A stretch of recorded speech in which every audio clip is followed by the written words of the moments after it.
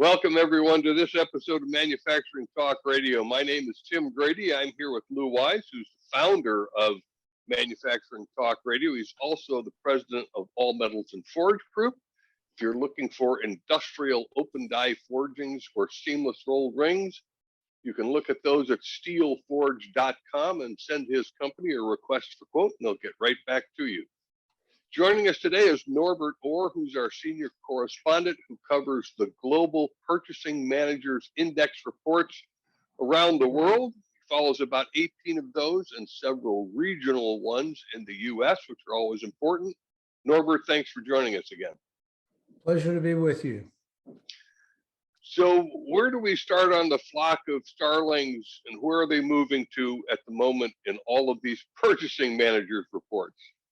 Well, as you know, we track on our scatter plot the activity of 18 different surveys. Those surveys have been chosen for their history, that they have a fairly robust history. They have a consistency of reporting, all those things that make data more attractive. And so we follow those very closely and try to make notes about some that make a big difference in terms of the decision making that manufacturers might make. So let me give you a little idea of what we're looking at. And before we get into that, Norbert, I just want to remind our audience that Norbert's going to cover the New York Fed in a few minutes. I think it's important that you stay tuned for that because there are some interpretations of it that are quite negative, and Norbert has a different positive spin on it. So sorry, Norbert, go ahead. Okay, thanks, Tim. When we look around, I keep expecting that we're going to lose momentum in manufacturing and in the overall economy. And I think there are already signs that we're losing that momentum. I keep hoping that it's not 1 month we see things go off a cliff, but rather we unwind the way the economy should do, which would be most of these indexes losing about 2 points a month in their PMI, and slowly moving back toward the median. It has a bias toward winding up on the median and so on. But we're not seeing that move. What we are seeing is a move toward new orders weakening, supplier deliveries still lengthened. So there's a difference in that, and I'll get into that when we talk about the Fed a little bit. If we look at kind of who are some of the big players this month, the Eurozone, which is the 8 European countries that we follow through the Eurozone, and that index came in at 55.5, down 1 point. Well, under most circumstances, I would get up and dance around the room a little bit for a 55.5 reading, which says that Europe is still holding its own fairly decently from that. My fear is that large drop, that we may be at 55 this month and very happy and contented that we are there. But we may not be able to sustain that. So that really concerns me. And that includes Germany, which is the bellwether for Europe. And Germany came in at 54.6. So they're not leading. If they're leading the way down at this point. And so certainly we want to watch that. The Eurozone index hit a 15-month low. So we know the timing parallels what we've been going through in the overall economy coming out of the pandemic, et cetera. Norbert, Norbert, Yes. do you think that the Ukrainian war or military action, whatever you want to call it, is having an effect on the rest of Europe in terms of beginning to show signs of dropping? I think so, Lou, but both things are happening at the same time. You've got the war and you've got the cycle. And Right. the cycle is heading down, and the war is certainly going to depress much of Europe. If nothing else, the spending that won't happen because of the Ukraine. They have done so much destruction that I don't know how you ever come back. I guess it was done after World War II, and maybe they can do it again. But it's a tough situation. Also, China is struggling.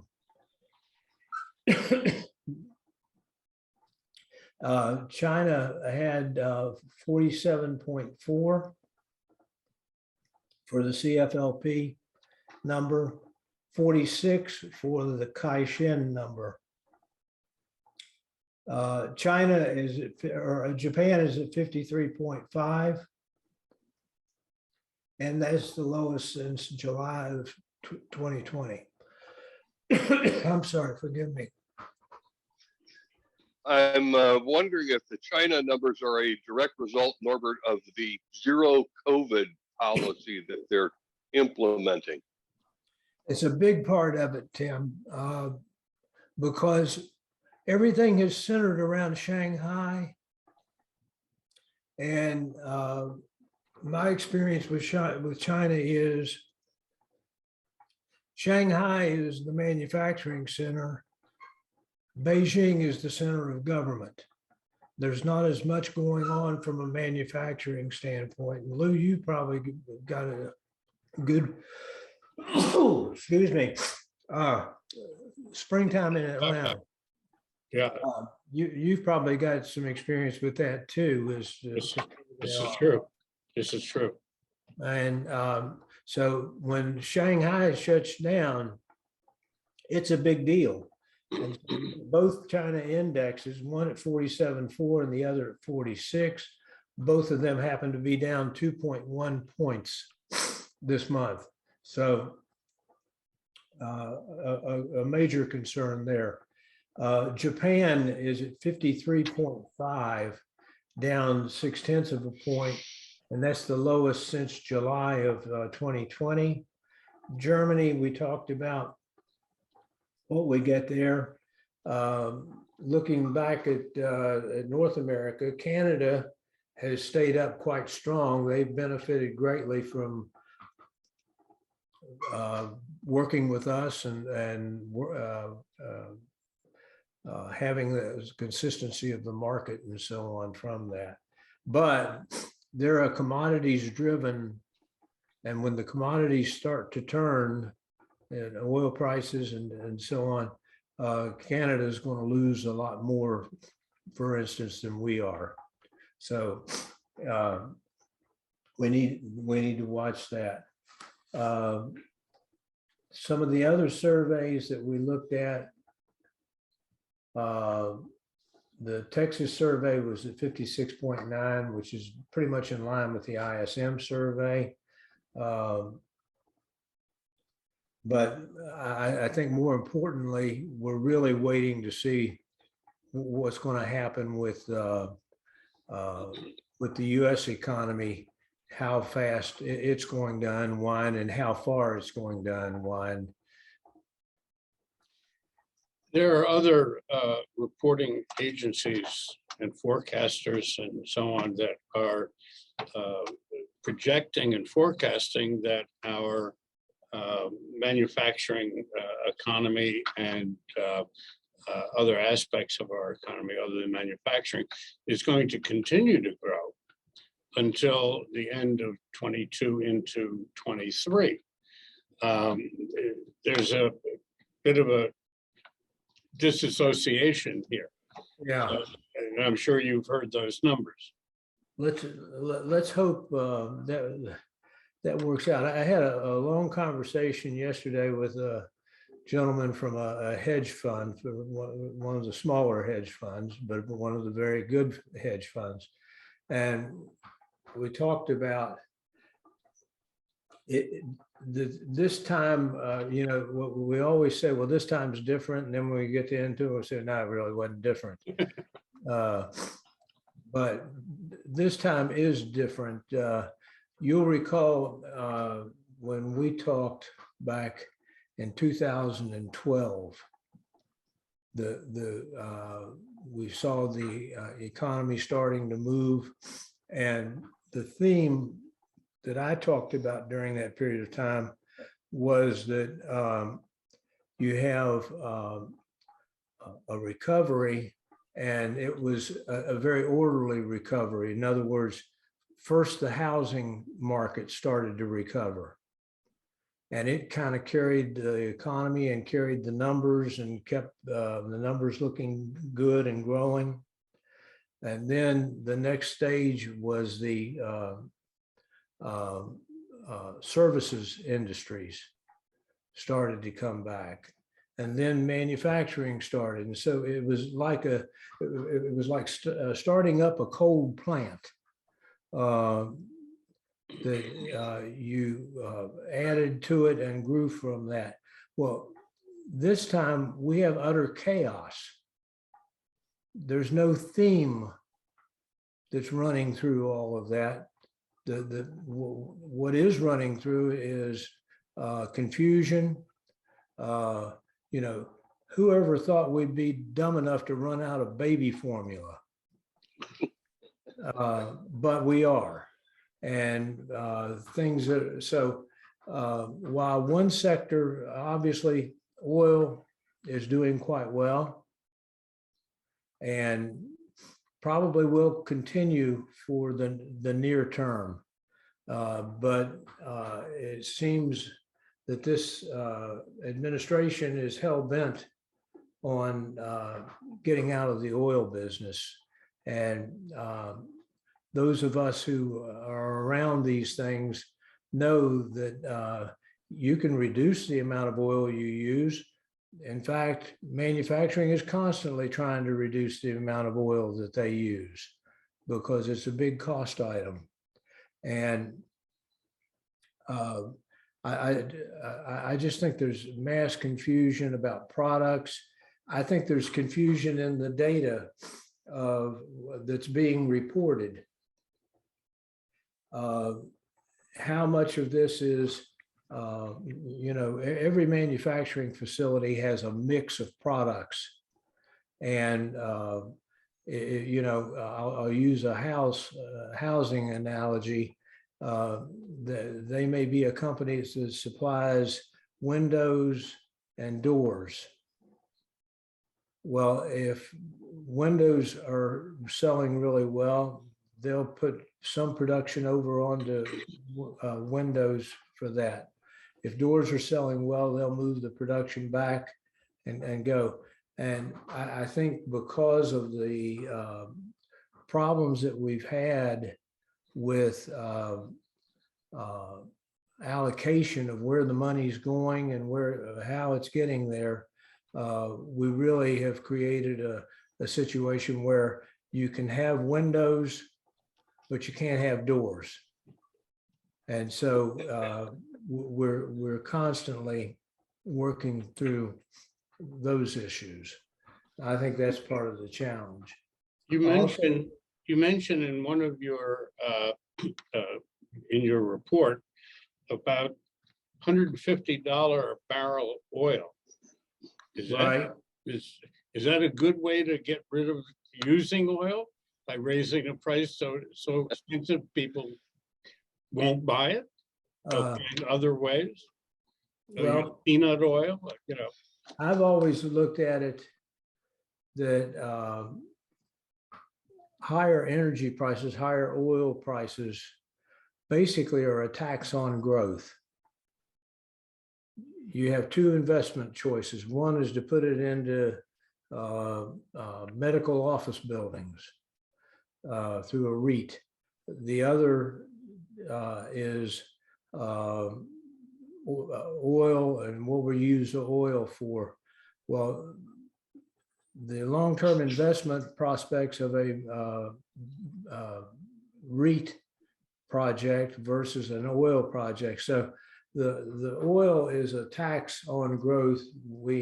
And it also comes down to putting pricing in the hands of the government. And that's never a good thing. Norbert, I just want to get to the particularly pessimistic New York Fed report. Right. What happened there, and what's your take on it? Well, the New York Fed and the Philly Fed, as do others, have their surveys. New York came out, and the numbers basically were negative and not showing a lot of strength as far as manufacturing activity is concerned. But the problem I've had with the New York survey is their headline number, that number that makes it into the press release, top of the press release. Their headline number is sentiment. How do you feel about the next 6 months? Is it going to be better? Is it going to be the same? Is it going to be worse? But it's really forecasting. And my experience in manufacturing over a pretty good period of time is that manufacturers aren't any better at forecasting than anybody else. And their crystal ball, sometimes it gets a little sharp, other times it stays it doesn't really read the story. So I like to have actuals. What are we doing actually? Are sales better, same, or worse? New orders. And so what we see in all of that data right now, everybody was panicking yesterday over the issue of, is this the first sign of the numbers really dropping heavily? And what it was the first shift from having been driven by new orders and production. Now, new orders and production are each 20% of the index in the ISM series, so equally weighted.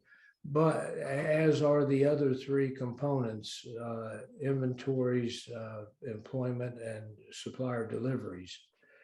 So you get a fairly broad spread of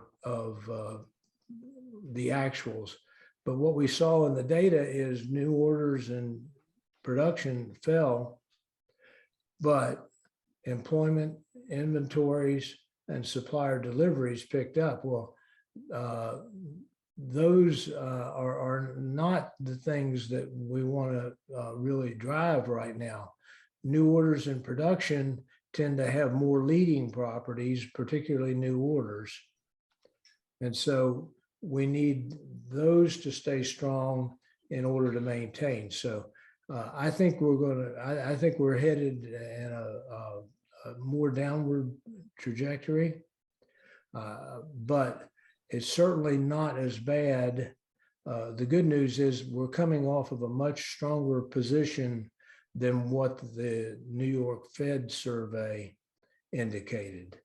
So I'm usually biased in favor of the ISM series in particular.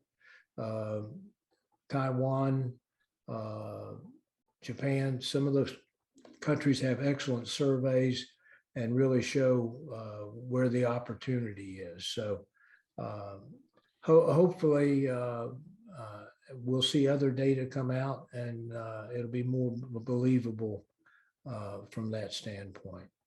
Norbert, excuse me. There's another polling survey report that comes out called the Machine Tool Order Report. And I've been watching that number for, I don't know, 30, 40 years. Right.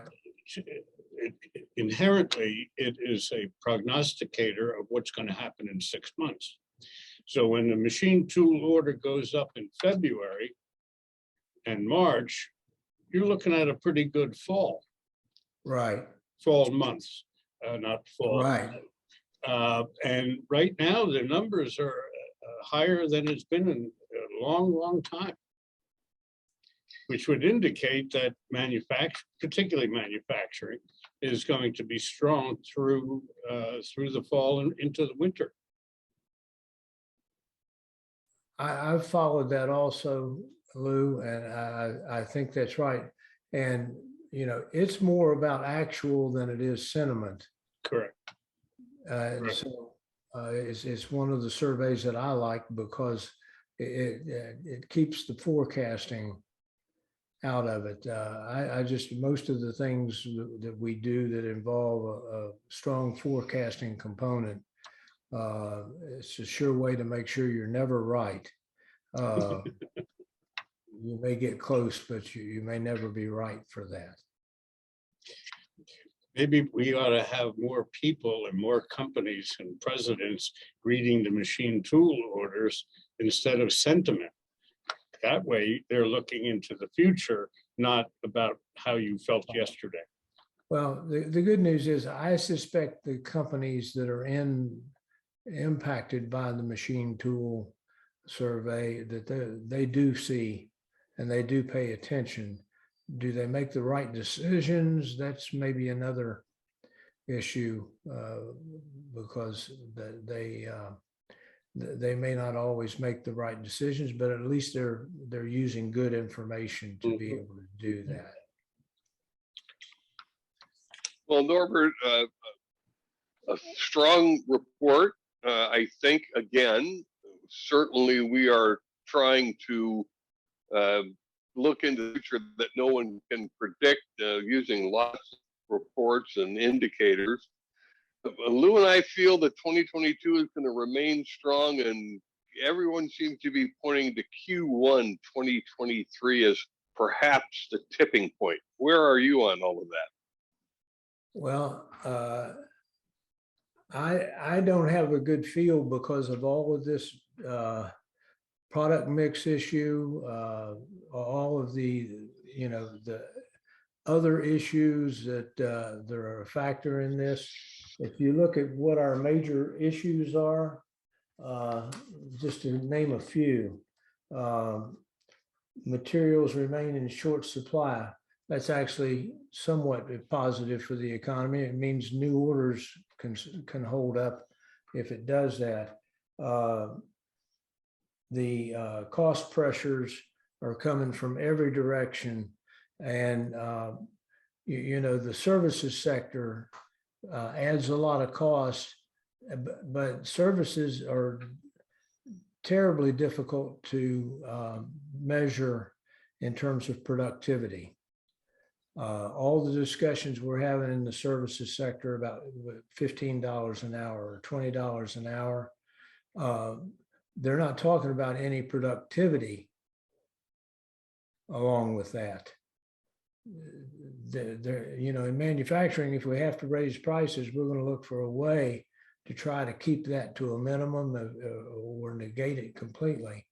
In the services, they don't have means of increasing productivity over the short term generally, and not real good at it over the long term. So I guess I want to stay and see the next 6 months, Tim. If we make it to the end of the year, then we can start talking about what's changed, what's different, and so on than what we had, and we'll see this develop as we go. But I find it hard to believe that 23 would be an extraordinary, point at which we could look and say, well, things are going to get better.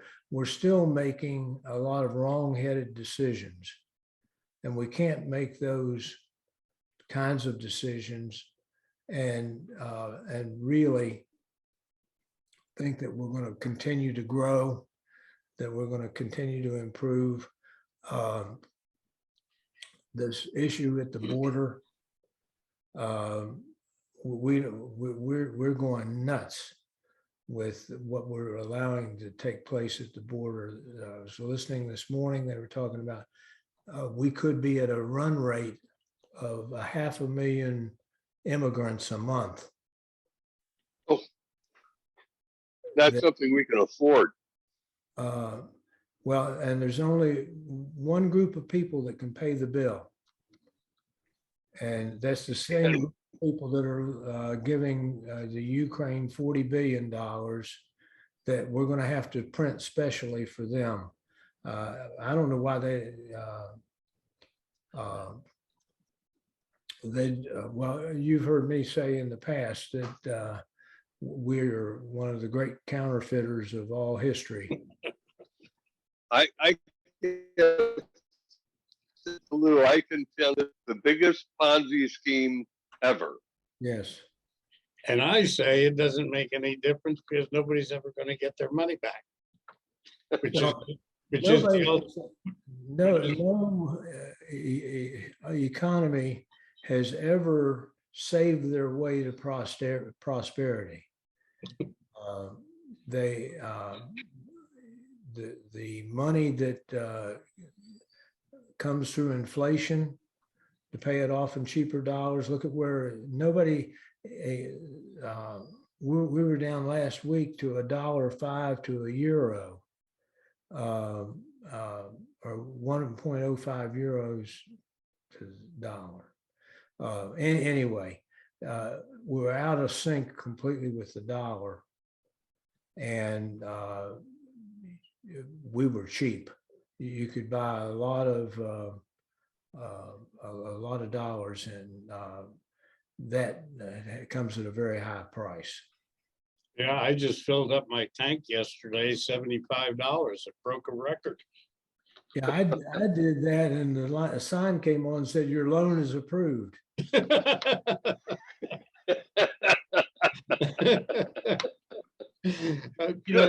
You mentioned a few minutes ago about some of the wrong decisions that are being made. And I don't mean to put you on the spot, but do you have any of these wrong decisions that at your fingertip, and who's making them? Well, I already talked about the border and what's going on. Yes, you did. So let's take energy policy that we're trying to run. We're trying to run the purchase of oil, the high price so high that people won't use it.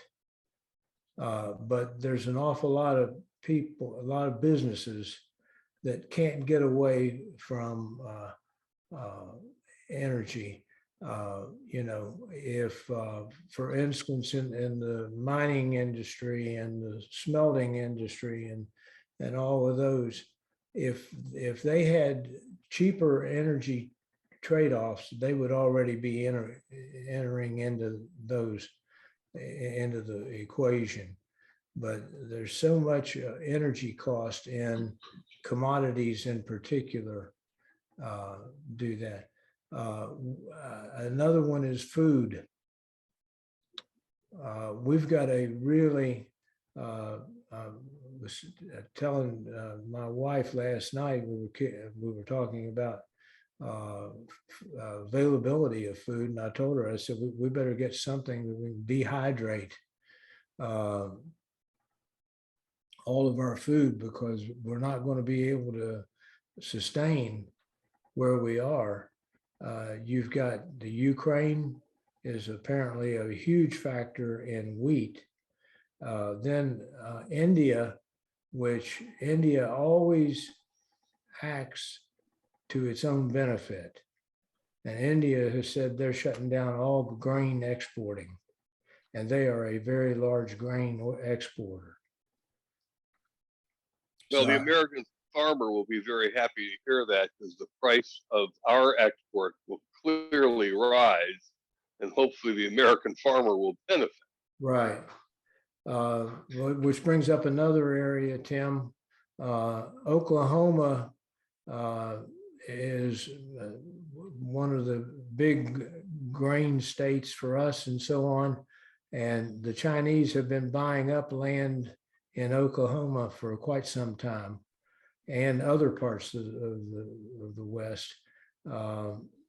So I don't know how that all works out, who pays taxes, who doesn't pay taxes, et cetera. But there's just a number of things. I think we've got a problem with colleges and college education. I don't think the payback is there on a college degree as there once was. And as those degrees get even more expensive, that's going to be hard to continue to support. The whole idea of paying off college debt, but that's really saying, okay, we want to take everybody who did the right thing and make them pay for everybody who did the wrong thing. That's right. And I think anytime you try to do those things, that is the wrong thing. So lots of opportunities. I could go on all day is the problem of the things that we see and so on. So You mentioned, Norbert, about college expenditure and debt and so on. And it's fresh on my mind because, I was in Washington, D.C. at my granddaughter's graduation from George Washington. And there were 31,000 people on the National Mall with 5,000 students.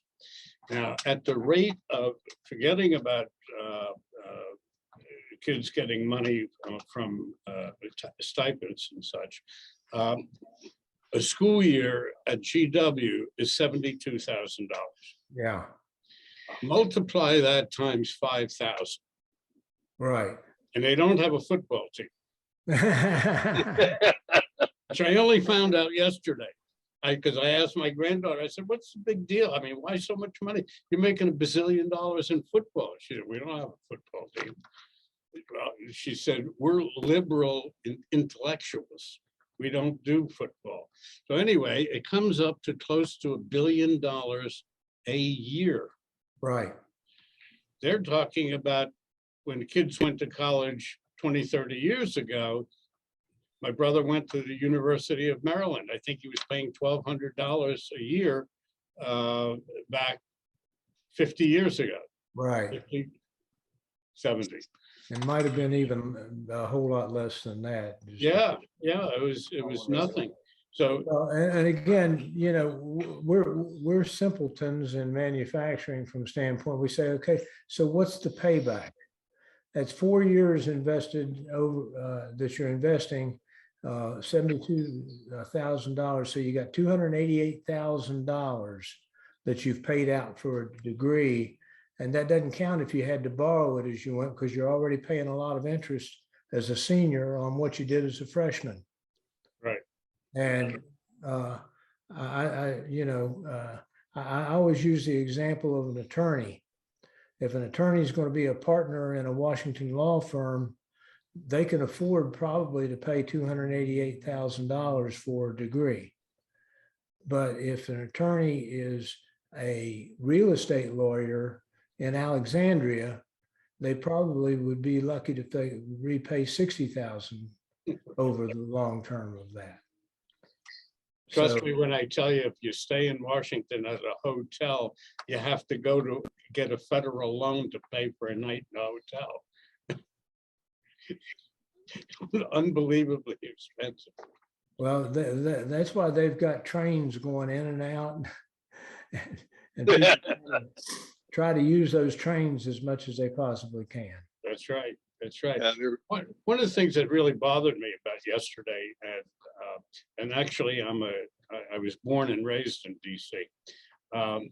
We didn't have in those days, back 50, 60 years ago, we didn't see these tent cities. Right. National Mall, they had tent cities. Every park where there was a statue, there was a tent city.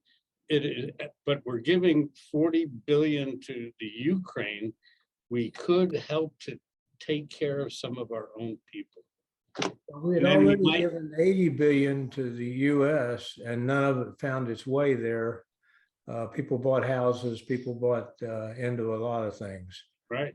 during that. You know, and I have to go back, Lou, you asked about different things that I saw.